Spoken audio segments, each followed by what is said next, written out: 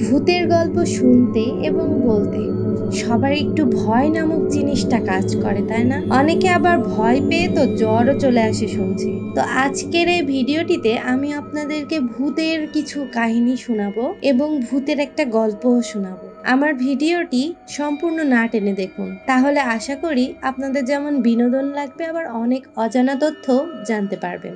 ভূতের গল্প আসলে কি? ভূতের গল্প হলো একটা কল্পকাহিনী বা নাটক, যেটাতে কোনো ভূত বা ভূত বিশ্বাসী চরিত্র থাকে।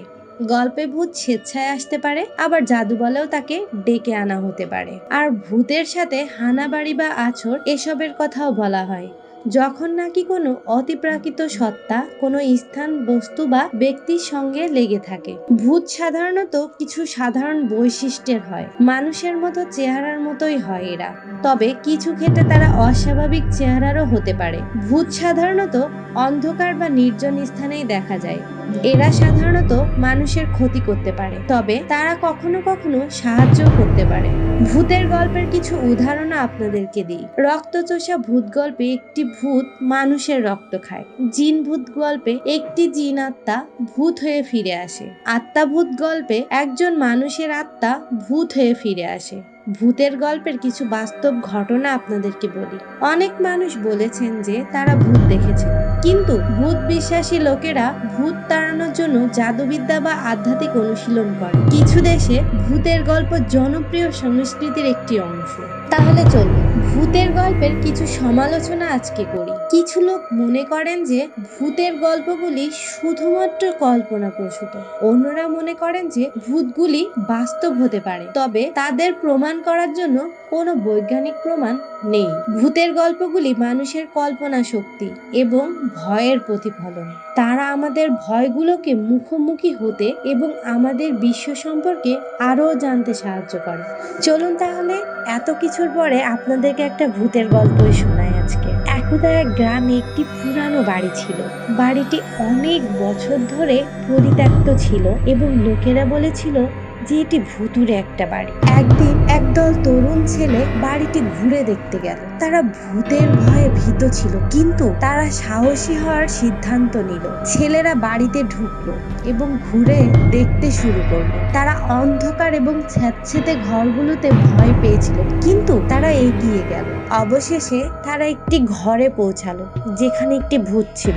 ভূতটি একটি সাদা কাপড় পরেছিল এবং তার চোখ ছিল লাল। ছেলেরা ভয়ে চিৎকার করে উঠল। তারা বাড়ি থেকে পালিয়ে গেল। ছেলেরা বাড়ি থেকে বেরিয়ে যাওয়ার পর তারা আর কখনো ভূত দেখেনি, তবে তারা কখনো ভূতের গল্পও ভুলে যায়নি। এই গল্পটা আমাদের ভয়ের প্রতি আমাদের প্রতিক্রিয়া সম্পর্কে শিখতে সাহায্য করে। আমরা যখন ভীত হই তখন আমরা কখনো কখনো বোকামি করি, তবে যদি আমরা সাহসী হই এবং আমাদের ভয়গুলোকে মুখোমুখি হই, তাহলে আমরা তাদের কাটিয়ে উঠতে পারি। তাহলে চলুন কিছু বৈজ্ঞানিক মতামত আমরা একটু শুনি। বিজ্ঞান কি বলে এই ভুতুড়ে পরিবেশ নিয়ে? বিজ্ঞান একটি সত্যবাদী শাখা, যা ভূত বা অন্যান্য অলৌকিক ঘটনাকে স্বীকৃতি দেয় না, তবে ভূতের অস্তিত্বের সম্ভাবনা নিয়ে কিছু বৈজ্ঞানিক মতবাদ রয়েছে। প্রথমত আসি স্লিপ প্যারালাইসিস নিয়ে। স্লিপ প্যারালাইসিস হলো একটি ঘুমের ব্যাঘাত, যাতে ঘুম থেকে জেগে উঠলেও শরীরের নড়াচড়ার উপর নিয়ন্ত্রণ থাকে না। এই অবস্থায় অনেকে ভূত বা অন্য কোথাও অদৃশ্য সত্তার উপস্থিতি অনুভব করে। Electromagnetic field. ইলেকট্রোম্যাগনেটিক ফিল্ড হলো শক্তির একটি রূপ, যা বিদ্যুতের চৌম্বকত্বের মিথস্ক্রিয়া দ্বারা তৈরি হয়। কিছু গবেষক মনে করেন যে ভূত ইলেকট্রোম্যাগনেটিক ফিল্ডের সাথে সম্পর্কিত হতে পারে।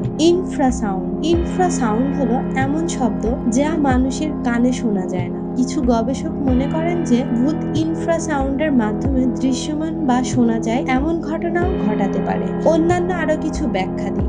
ভূতের অস্তিত্বের অন্যান্য সম্ভাব্য ব্যাখ্যার মধ্যে রয়েছে হ্যালোসিনেশন।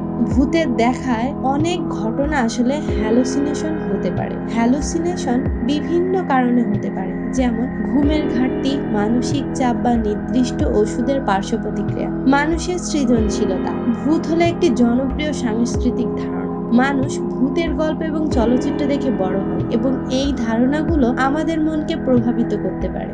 ভূতের অস্তিত্বের আসলে কোনো প্রমাণ নেই, তবে কিছু বৈজ্ঞানিক ব্যাখ্যা রয়েছে যা এই ধারণাকে সমর্থন করতে পারে। ভূতের অস্তিত্ব বিশ্বাস করা না করার সিদ্ধান্ত একান্তই ব্যক্তিগত। তাই এতটা ভয় না পেয়ে জীবনে ভূত আছে বা নেই এটা না ভেবে জীবনকে সামনের দিকে এগিয়ে নিয়ে চলাটাই জীবনের মানে। নতুন নতুন সব ভিডিওর নোটিফিকেশন পেতে বেল আইকনে ক্লিক করুন এবং আরো মজাদার কোনো ভিডিও পেতে আমার চ্যানেলটিকে অবশ্যই যারা সাবস্ক্রাইব করেননি সাবস্ক্রাইব করুন।